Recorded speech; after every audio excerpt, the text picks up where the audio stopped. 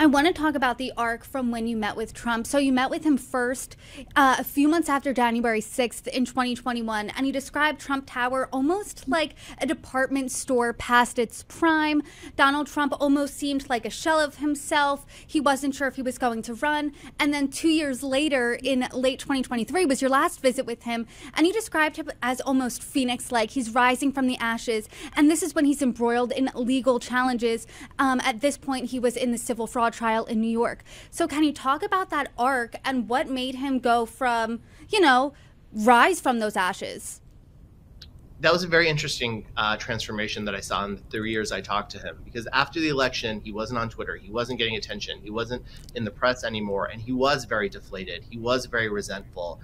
He had a lot of regrets about not staying in the Oval Office, made a lot of allegations that weren't true about voter fraud, but really missed the spotlight. I could see that he feeds off the spotlight. And then when I visited him again, we talked throughout that summer, and then I visited him again in 2023 at Mar-a-Lago.